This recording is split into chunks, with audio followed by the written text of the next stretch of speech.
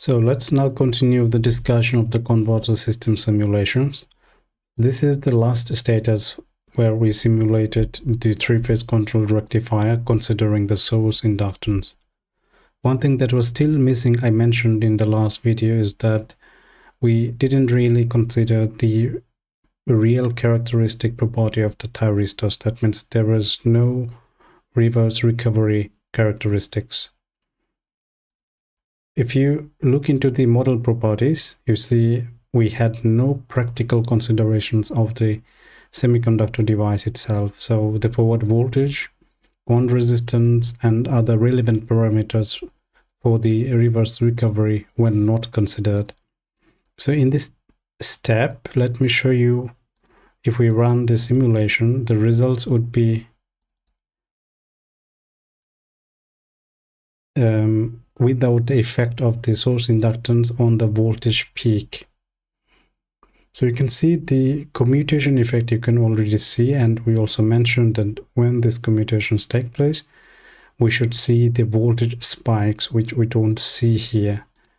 And if we see the voltage and current waveforms of each thyristor, here you see the current drops to 0 and it doesn't go beyond the x-axis, which is not really the case in practical applications. Let's go on and implement the model for the reverse recovery effect. So I will take this converter block out and building up a new one would replace our present converter here. I'll take a copy of it.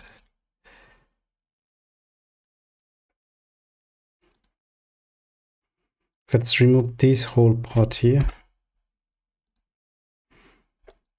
So Ctrl L to bring the library browser. Let's select the proper thyristor. See, thyristor with reverse recovery. This is what we need.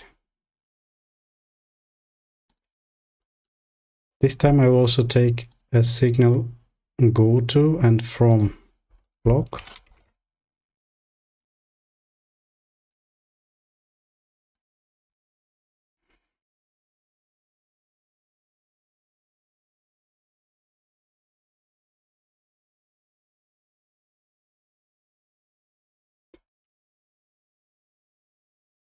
Two here, 3 here, go to this corner, 5 here, and finally 6 here.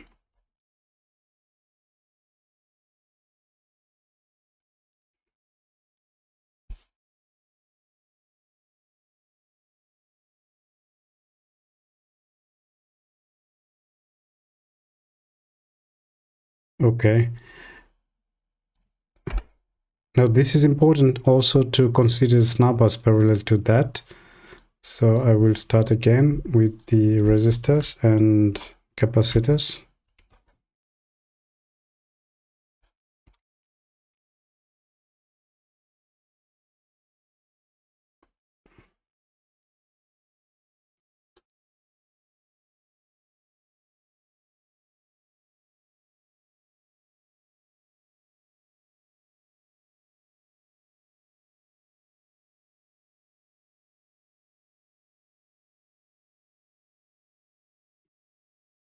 So these parallel R and C snubber are called RC snubbers, or the individual snubber for the thyristors.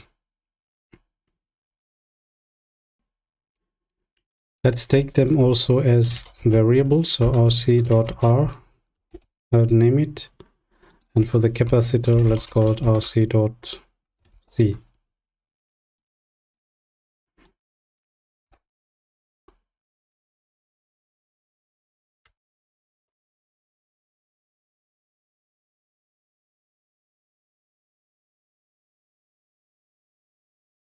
Just take them to continue building the block.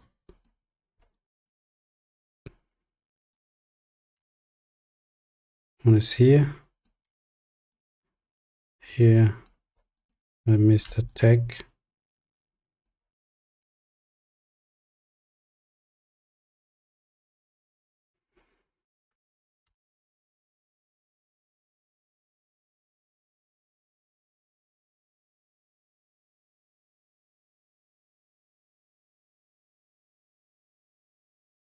So let's now connect the upper and lower parts to finish building the converter system.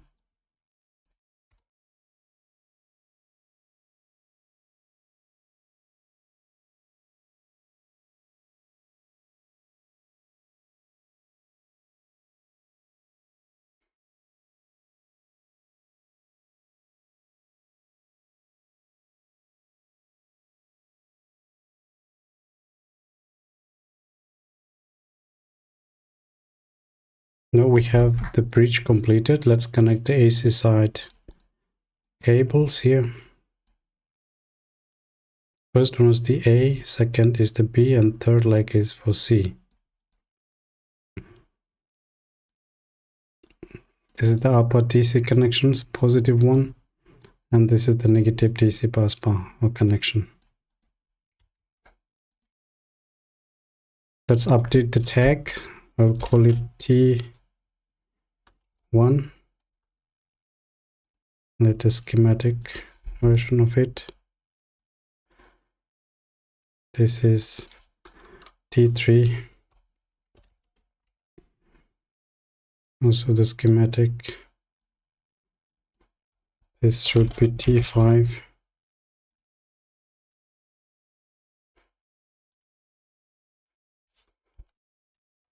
T2.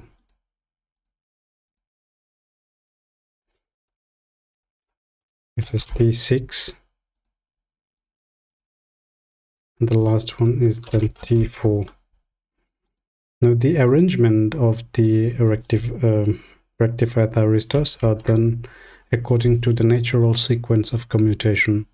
So in the upper arms we have T135 to lower arms at 462. For measurement, let's take one thyristor, or let's take all of them.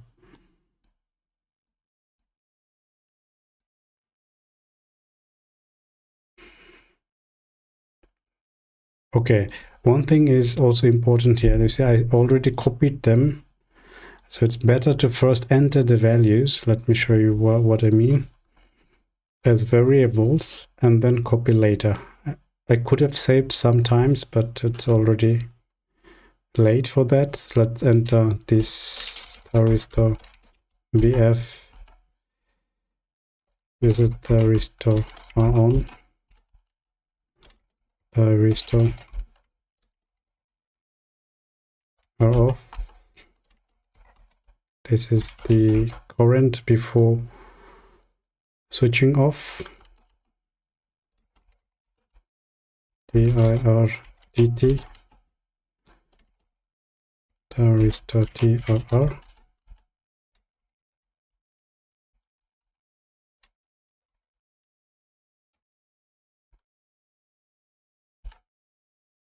And I take it as it is now, but okay, let's take also as variable. So after doing this, I should have done it at the beginning, but let's copy and paste them again.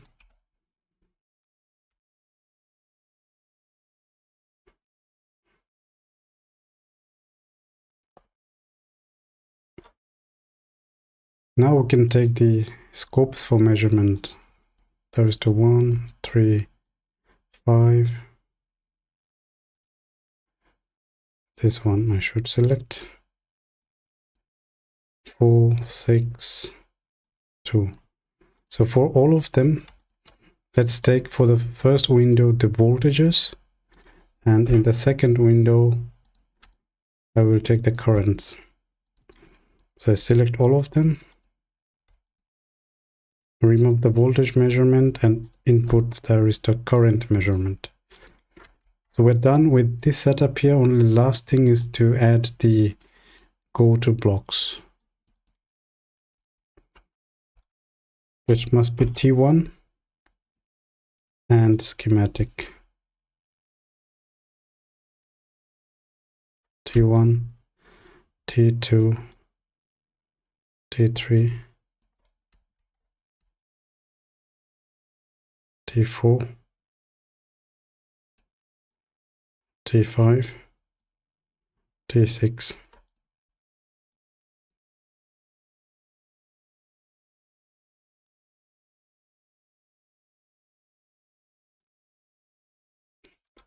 Let's change the names. This is T2. This is for Thyristor 3. This is Thyristor number 4. T5, and the last one is the T6. T6. So this much for this block here, and we can simply connect the block to the original positions. Yes. So now it's time to input these parameters into the M file. I'll start entering the value somewhere here.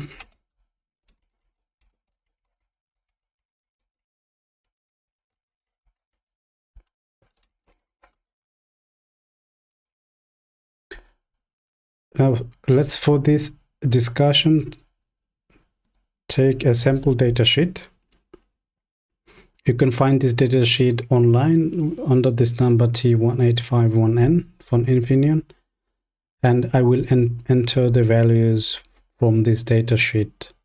So this is a 7 kilovolt thyristor with the salient properties I can see here. So I will extract the values and enter into the M file. So the typical value of the on-state voltage is given to be 2.45. So I can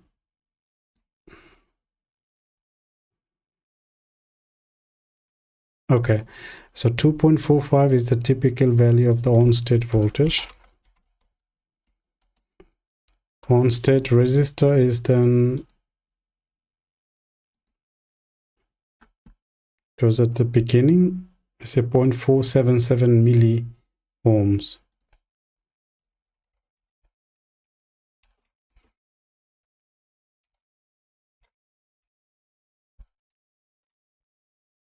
The off-state resistor, I will take it the default one, which is 1 mega ohms. I will take it, let's minimize it and continue with this one.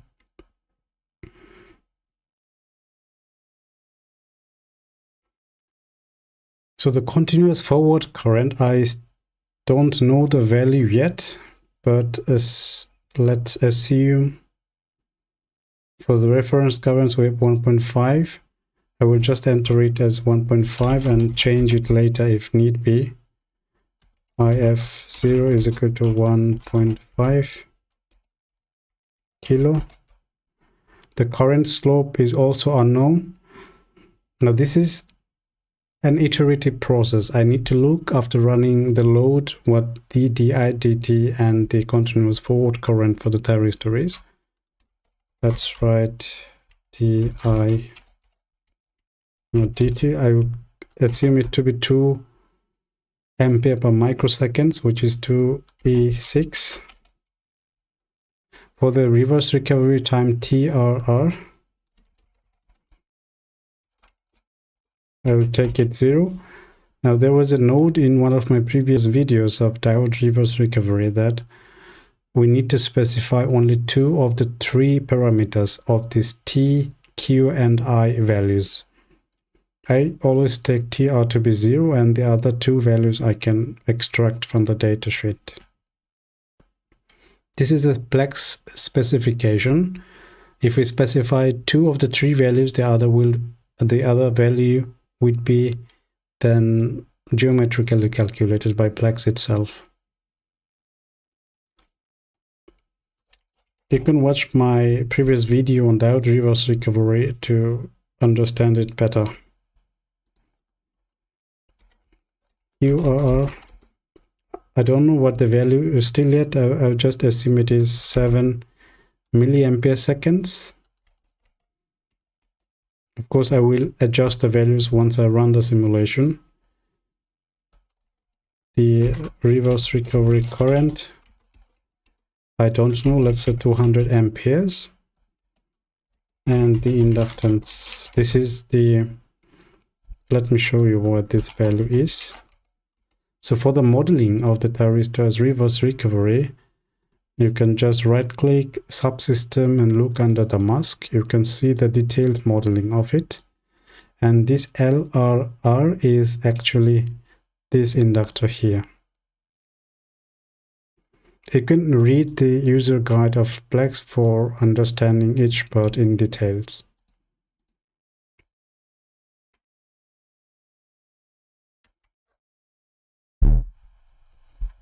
So if everything is fine, we should be able to run the system. Let's see if we have an error message.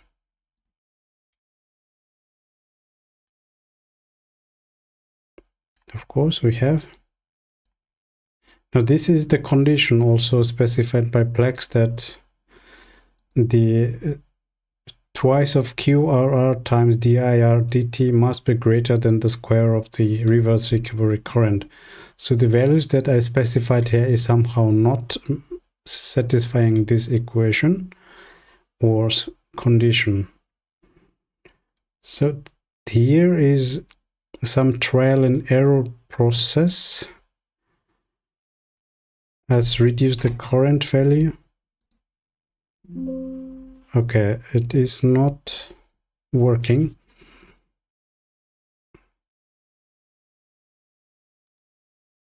Aside from this condition to be specified, I think I also forgot to initialize the RC snubber parameters. Yes, let's do it as well here.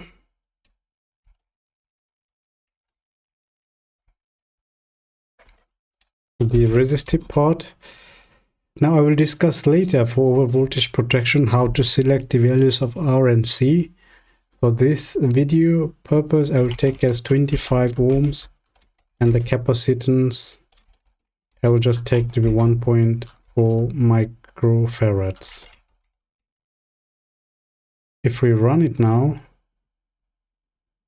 it should be running without any problem.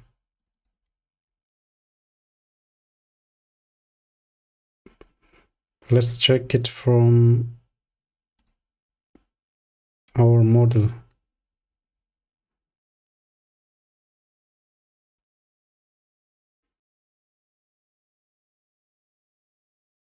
If we open it, okay, you see the generation of the current is not correct. So the generated DC current is not following the reference current. If I take the double pulse, it might solve the problem. Sometimes the Thyristor are not turned on. Yes, so the pulse, the single pulse generated by this block is not enough to catch the current. So activating the double pulses seems to be working. Now you can see some good results here. If you remember from our previous result, we didn't have this peak. I didn't remove it just to show you. Let me keep this value. I will save it with reverse recovery. This is one result, and let's now remove it for a while, bring our previous model and rerun the simulation.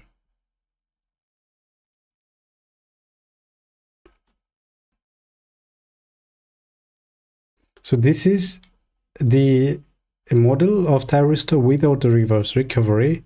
So if you design our converter without considering that reverse recovery characteristics, you see we don't have that peak. Now if we include it, look the difference. Now it has a peak value of much higher than what would be without that reverse recovery effect. So this is the thing I was always emphasizing, that to consider the more realistic modeling. If you have, for example, a 3 kilovolt converter connection voltage, you will have much higher voltage spikes here, depending on what kind of transformer you have, or if you have a choke, a current limiting choke, etc. So this, you can clearly see the effect. I will remove this one and bring back the newer model.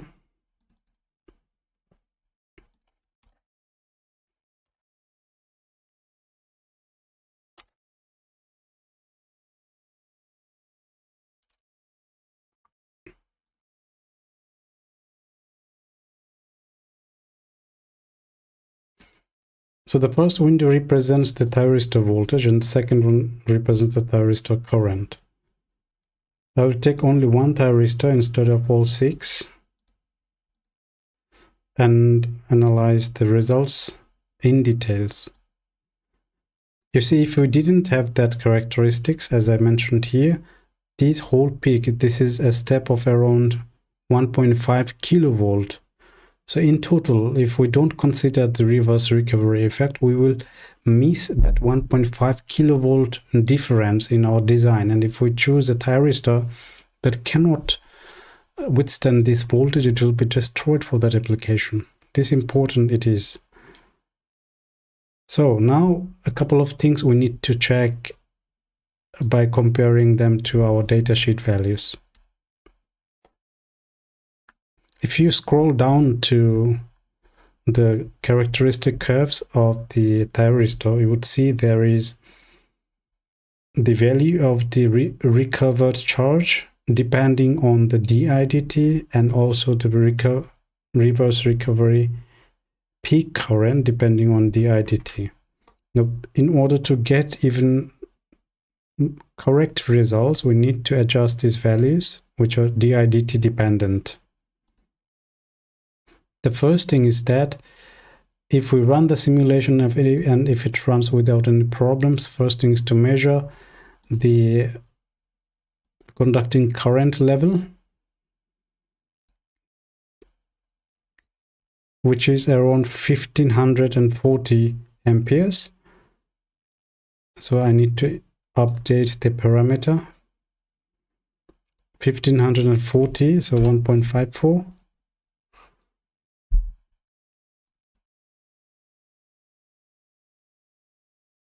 And another important thing is to measure the didt now. Because if your load is fixed, if your source inductance is fixed, the didt would be then fixed as well. So I will take the delta and fix it to 1 microsecond. If we do so and measure, let's zoom it. If we measure the didt here, it should be around 4.99, so 5 ampere per microsecond.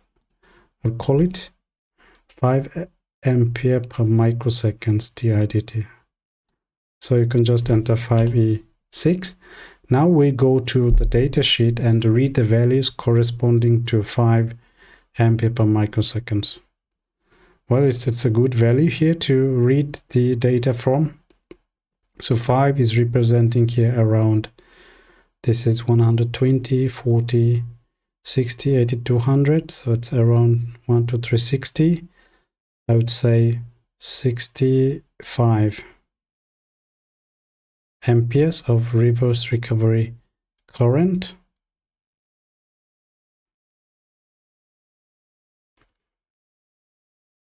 $165, okay.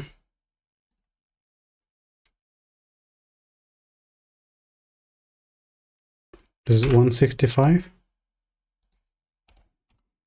And for the recovered charge, let's check the value as well. It's one step up.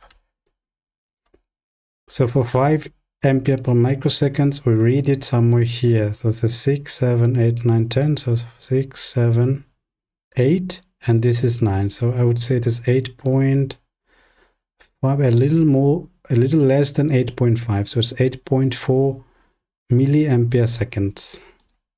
So for the reverse the recovery charge is 8.4 milliampere seconds.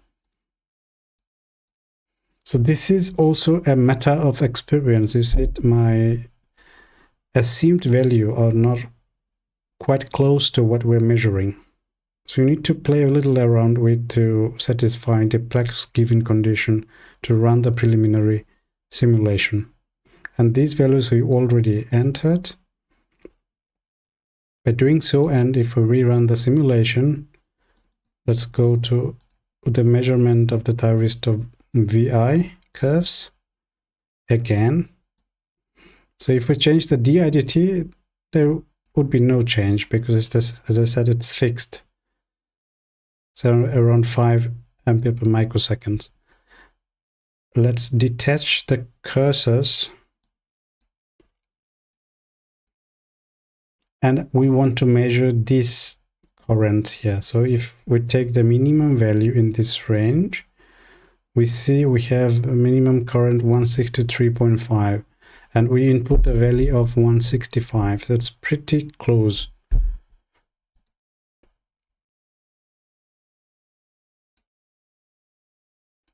Upon this condition, let's see the maximum value or peak value of the voltage spikes that the Thyristor sees. It's around 5.2 kilovolts. 5.2 kilovolts. And if we check the datasheet value, we see the Thyristor can withstand a value of 6 to 7 kilovolts. So we're pretty close to the maximum capability of the Thyristor. But if we have an application that requires 2.5 kilovolts of AC voltage to the converter, we can select it as a preliminary design candidate as Thyristors. Of course, we need to check other parameters, like if under this particular load cycle the thermal limits is not crossed. Because if the load cycle is, or the duty cycle is quite high for this DC load currents, it might be the case that the thermal limits are achieved and Thyristor fails. So these thermal calculations we will do in future videos. The target here was to show you how important it is to consider the reverse recovery effect so that we don't forget to calculate them in our design analysis.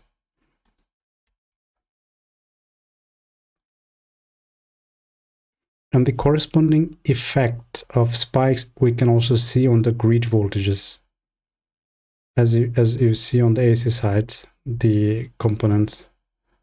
So this is without inductance, reverse recovery inductance, and this is with that one. So that's all for this video, and let's continue with further analysis later. Thank you for your attention.